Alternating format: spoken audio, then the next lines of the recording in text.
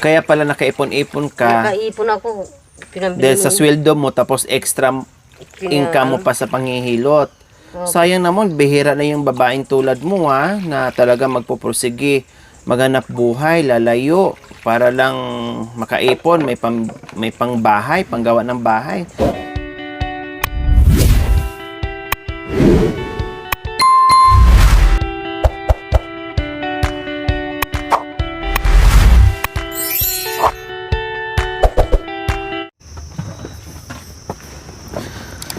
Good morning!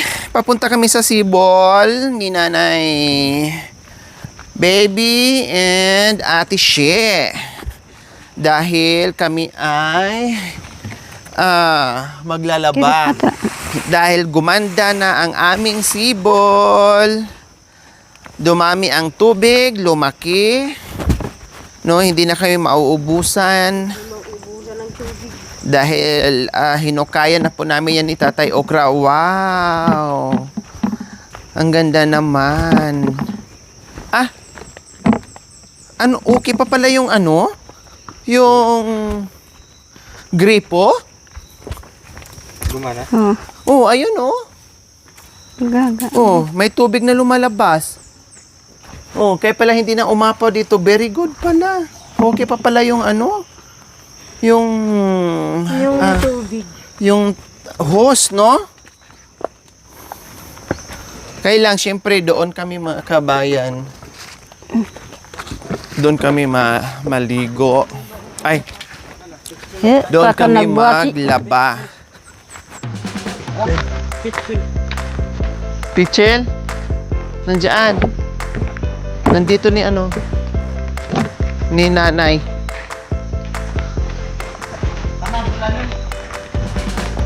Di mo dinala. May tabo doon pang lanom.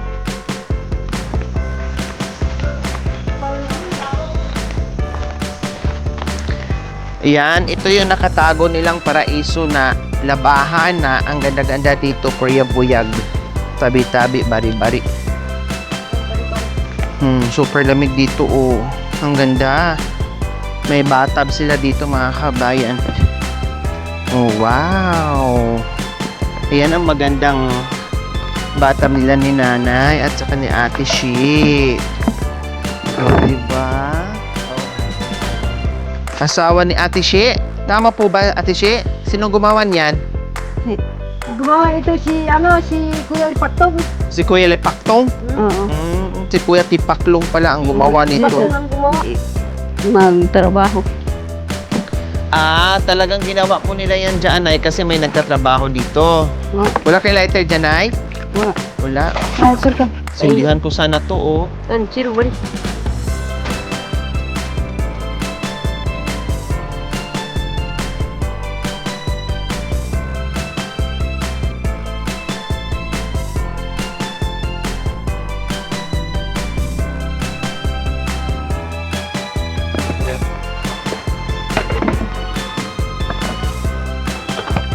Hindi, upo sila ako dito.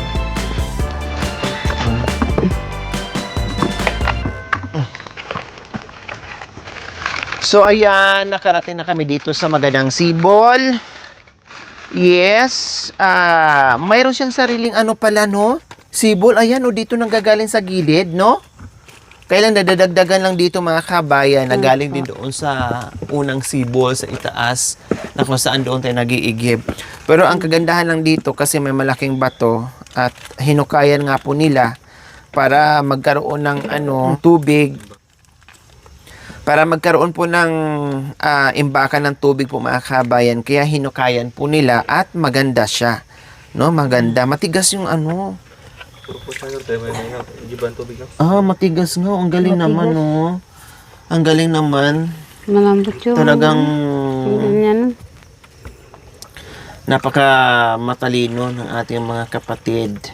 Marami-rami din yan, no? Hindi rin basta-basta maubos at isi, no? Hindi. Kapag inaalis mo yan, madali din Mapuno. O, pag ibig nyo sabihin, pag hinuhugasan nyo, nililinis, no? Nililinis ko po. Tama. Kapag natapos pong naglaba. Linisan nyo para magkaroon ulit. Para magkaroon ulit ng tubig. Mas masarap dito maligo tsaka maglaba, no? Opo.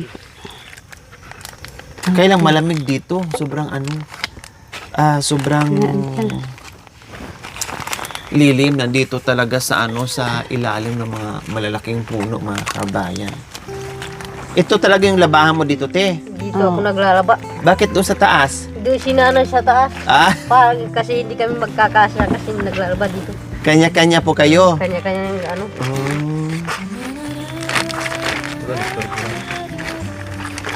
Paano yung yung tapon doon ng tubig papunta dito, hindi? Hindi naman po hindi na makaabot dito yung tubig. Ah, hindi naabot dito yung tubig? Hindi po.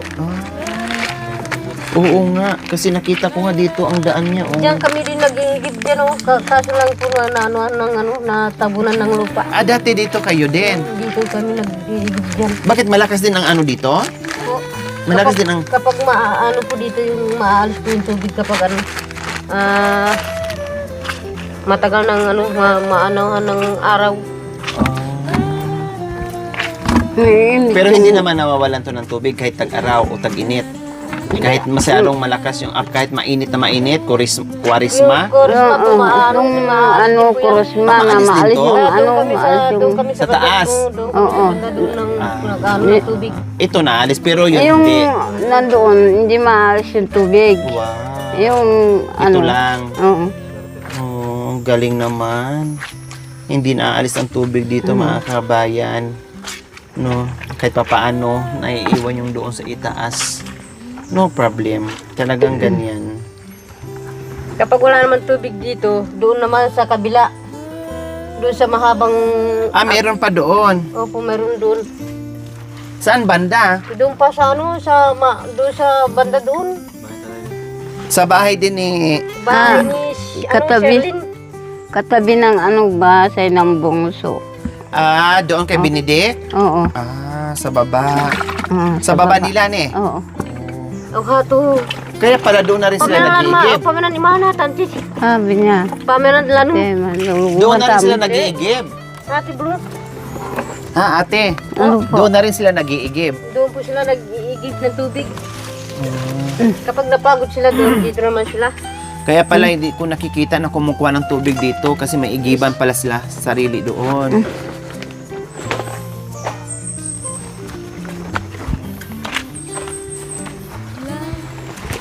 O, di ba?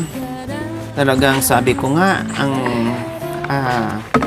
number one problema sa mga katutubo is yung tubig.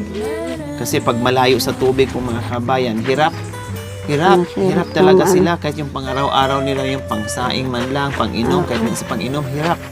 Masarap. Tapos yung iba nag-aano sila na bumibili pa talaga ng tubig. O dito libre sa kanila. Wala pa silang kaagaw. Hindi, wala namang kaagaw. Wala silang kapitbahay. Oo. Solo nila yung tubig. Kapag meron po nagtatrabaho po dyan, nag-iigib din sila po dyan. Kumukuha sila. Dito, taniman to sa itaas, te. Taniman po meron po nag-ano dyan kahapon. Nililinis. Naglilinis dyan. Tapos dito din po sila kumukuha ng Diyan po tubig. sila kumukuha Pero ng- ito, pero yan, pwedeng inumin yan? Pwede naman po kapag nililinis po. Alisin po yung yung Sabon. unang tubig. Tapos panibago, parang ganon. Oo. Tama lang pala yung ginawa namin doon, nilakihan namin tapos nilinis namin. Oo. Nay, no? Yung diyan na isang sibol na Ganyan, no? nilinis natin. Tama lang pala. Kasi siyempre, mapunduhan ng mga nabahayan ng lamok, napugaran ng lamok. Yung mga itlog nila nandiyan na sa tubig. Kaya kailangan madalas yung paglilinis. Pagdating ng araw ito, lilinisin ko naman ito. Kasi kapag walang tubig dito na naman sa baba. Ah, meron din dyan? Ah, may sibol din dyan. Meron. Oh. Hindi nawawala yan dyan. Hindi na wala yung tubig. Hindi ka natatakot linisin mo yan. May ahas dyan. Hindi naman po. Ganyan din dito yung inalis ko yun. Ikaw din naglinis nito? Oo. Opo. Ang galing talaga ni ate.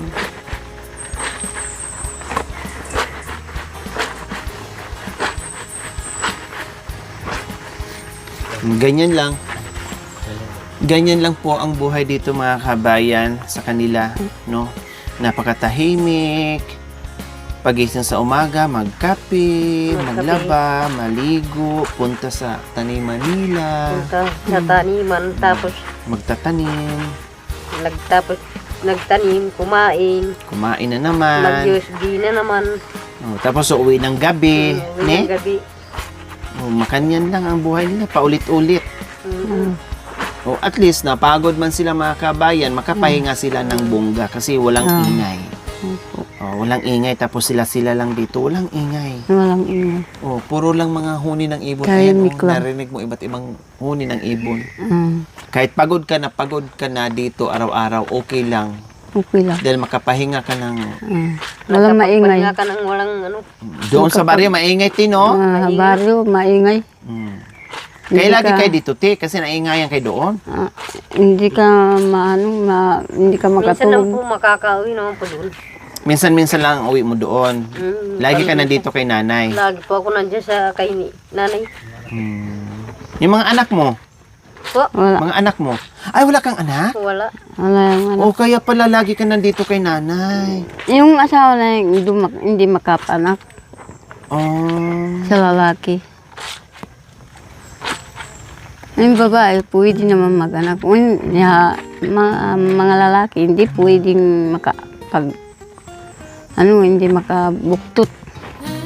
Hindi makabuktot.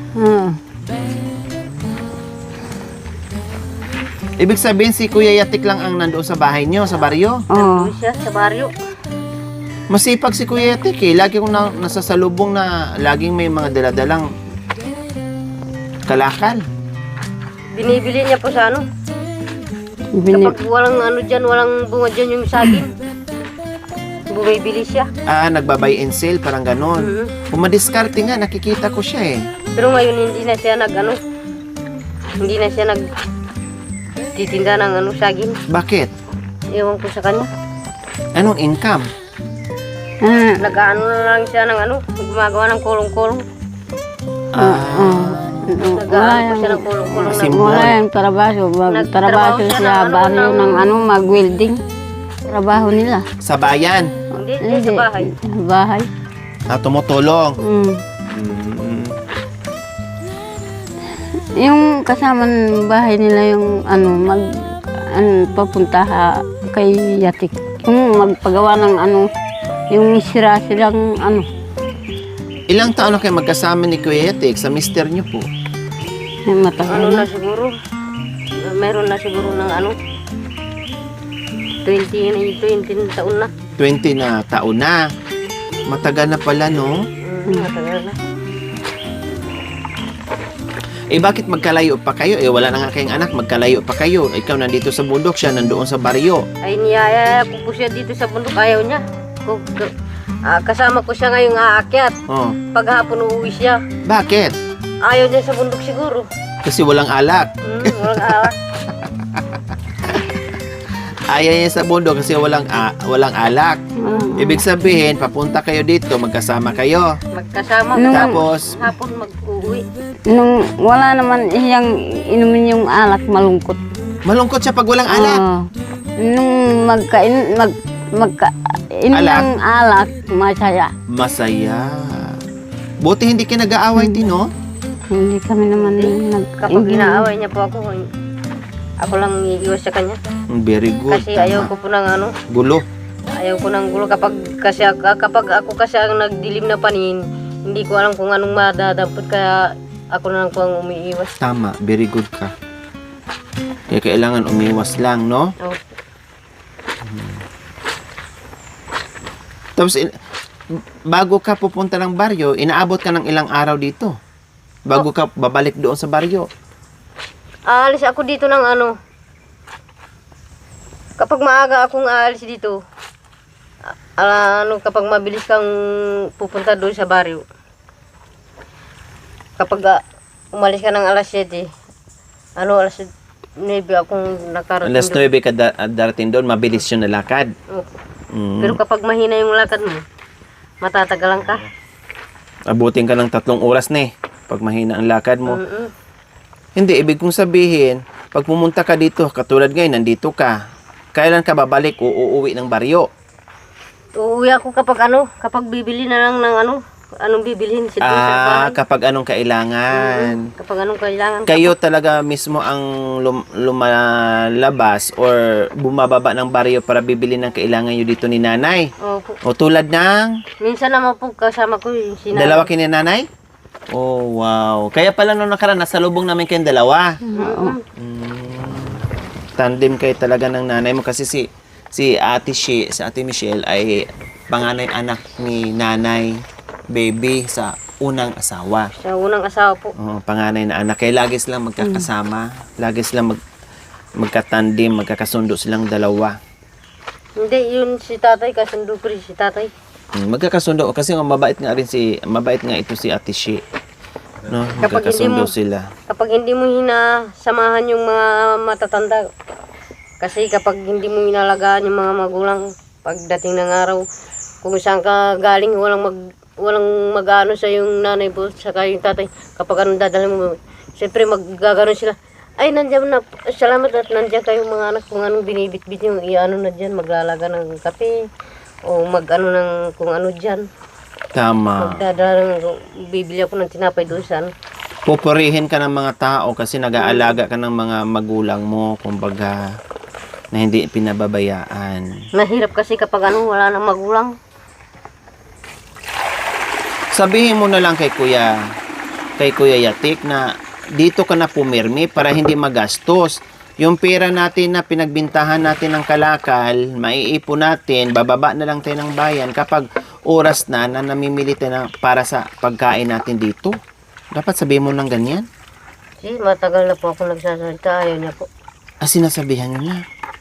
Bakit daw ayaw? Anong pinakarason niya? Bakit ayaw niyang magstay dito sa bundok na ang sarap dito? Sabi ko po sa kanya, mag-study tayo dito sa bundok na magtrabaho. Ibali na lang kung magtulungan tayong pupunta doon sa sa porok ng magtitinda kapag mayroon ng Oo, tama. tagin. Tama. Ayaw niya matiis sa bundok. Gusto niya pa doon sa Bakit? Taga saan ba yun? Taga bundok mo yun si Kuya Yatik o taga baryo?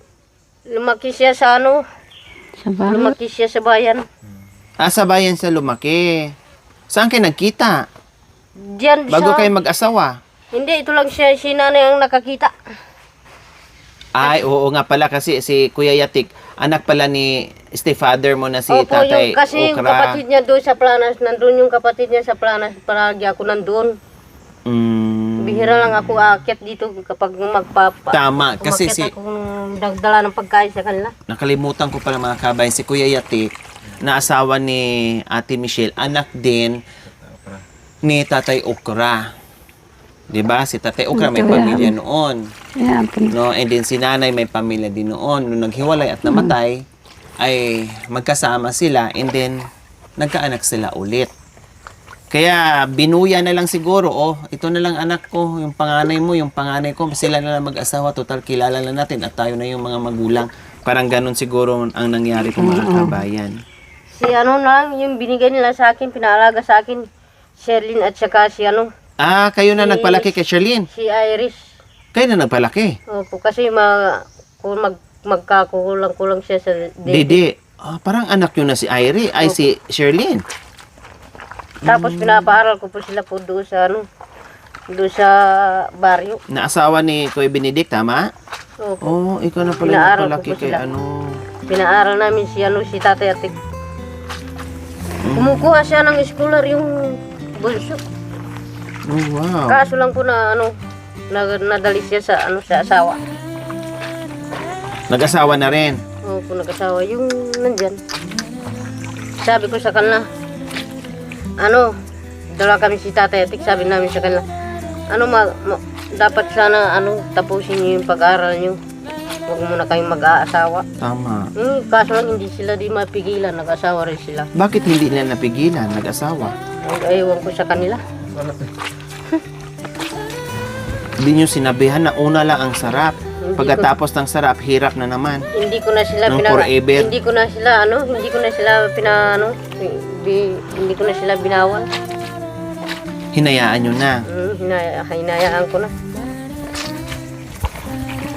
Kapag inaano mo naman sila, lagi naman sila Iinom ng ano. na nagagalit. Pag pagsabihan, magagalit pa. Okay, Paghabihan hayaan na mo. lang. Parang ganon. Paghabihan mo, sasabihin nila, umiinom ako ng ano, umiinom ng ano, yung makamatay babae. Yung iinumin. Hindi mo na mapigilan nang sabihin na yung ano, mag-inom ng ano, makakamatay. Maglalaso na lang. Kaya hayaan na lang. Hinayaan na yung hindi na napigilan yung nag-asawa. Kasi ibawal mo rin para matapos yung pamag-aral niya. Gusto nila mag-inom ng ano, lason. Baliktad pala kayo ni Kuya Yatik, Tino. Ikaw, gustong-gusto mong tumira dito sa bundok. Ayaw mo sa baryo. Si Kuya Yatik naman, gustong-gusto tumira sa baryo. Ayaw dito sa bundok. Minsan naman po nasa bayan ako. Nagtatrabaho. Minsan. Nagtrabaho doon ako sa Tarlac. Anong trabaho? Naglalaba din po. Tapos naglilinis po ng bahay po.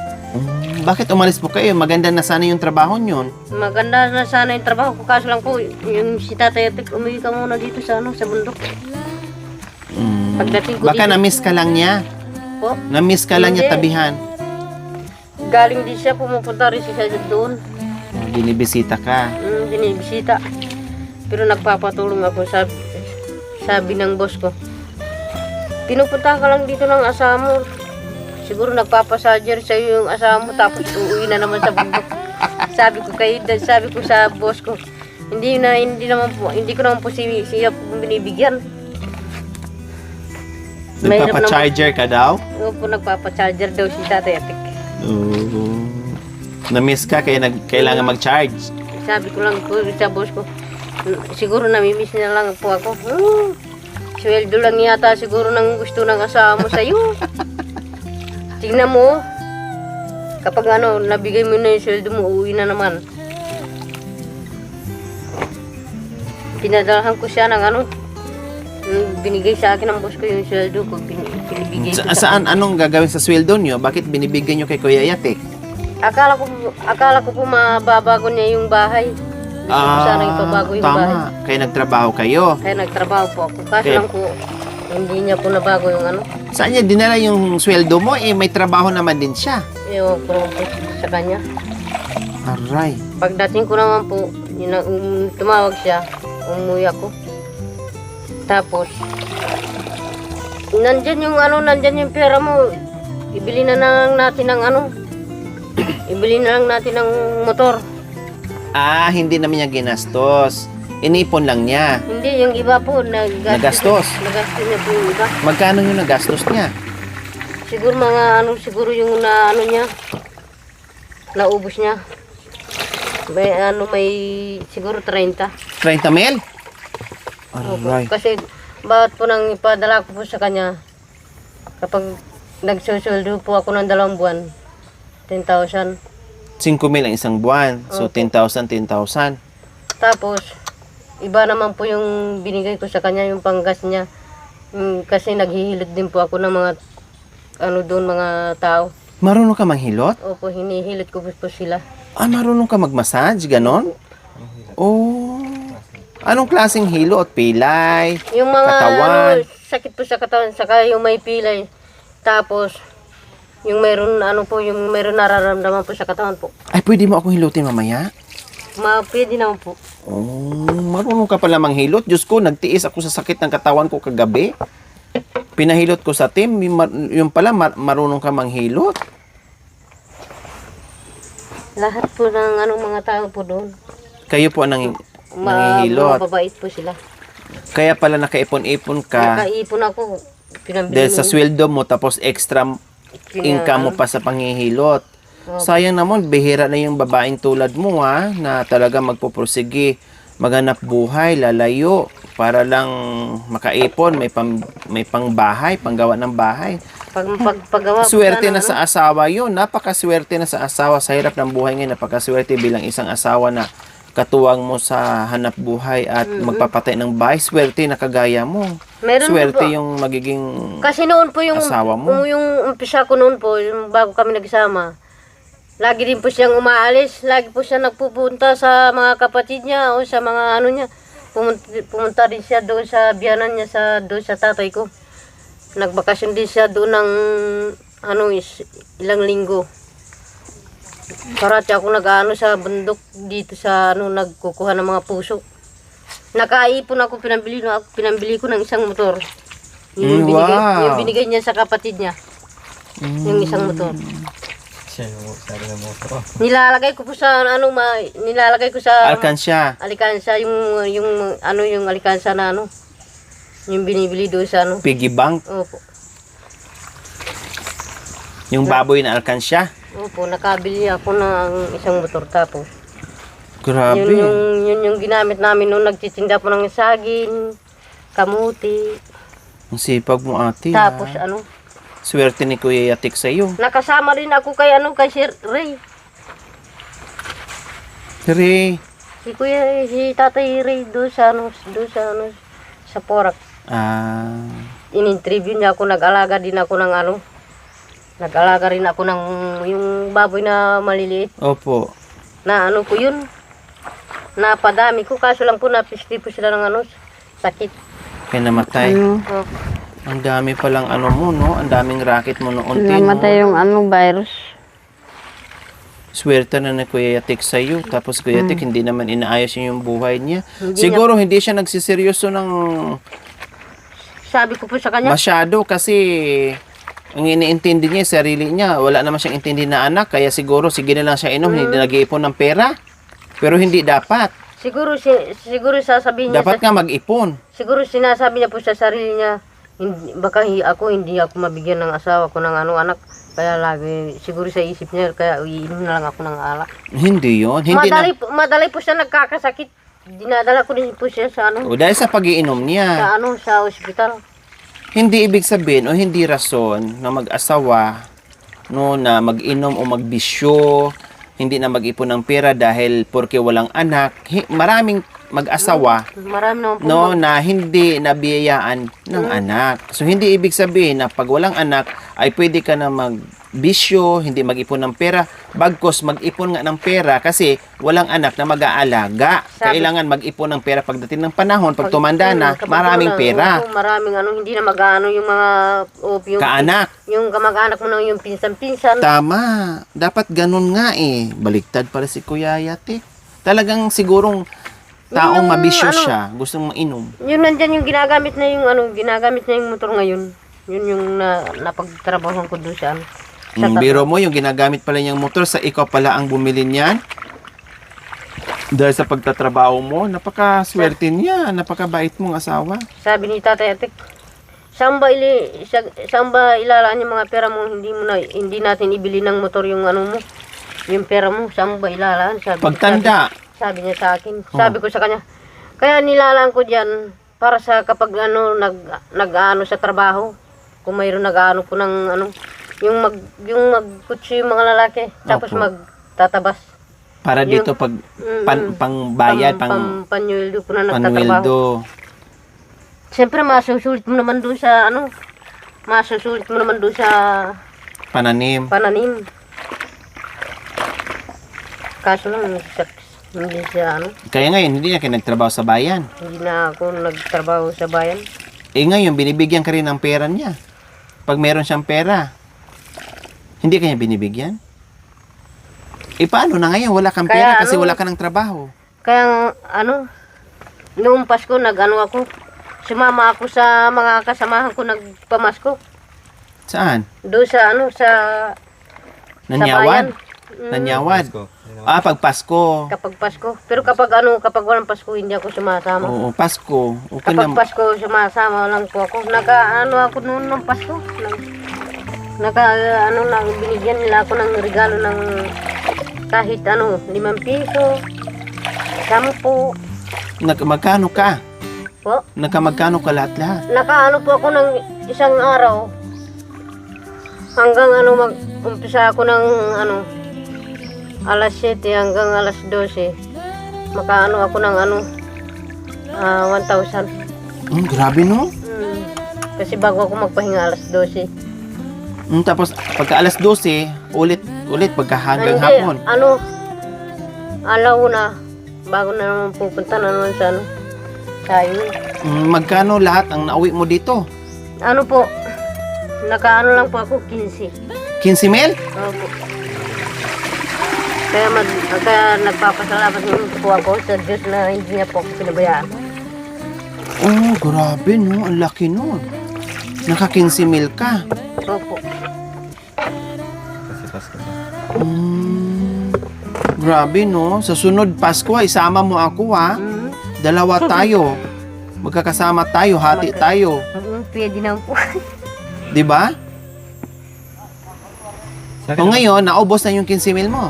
Hindi pa po kasi hindi pa ako nagpatrabaho.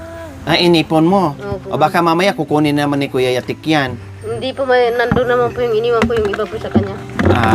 Binigyan mo din. Opo, binigyan ko rin po siya ng Grabe ha, napakasipag mo, napaka-madiskarte mong asawa. Si Kuya Yatik, kaya siguro nagkagayan-ganyan dahil alam niya na masipag ka. Kaya siguro chill-chill lang siya. Tinutulungan ko din po siya. Kahit saan tayo magpunta, sama-sama di manaka.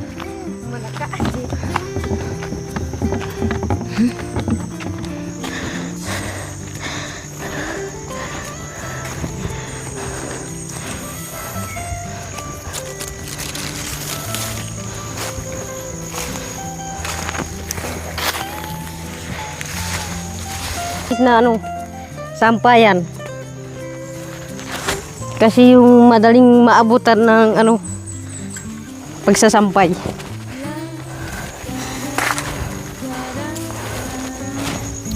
Ganito yung sampayan sa bundok. Kasi mataas konti yung ko diyan. Sampayan. Kaya dito ako nagsasampay.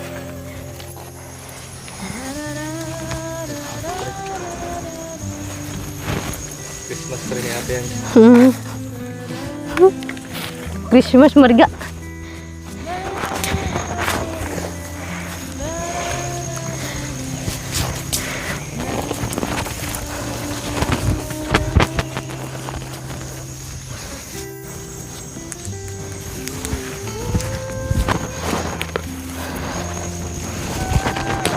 Magsampay.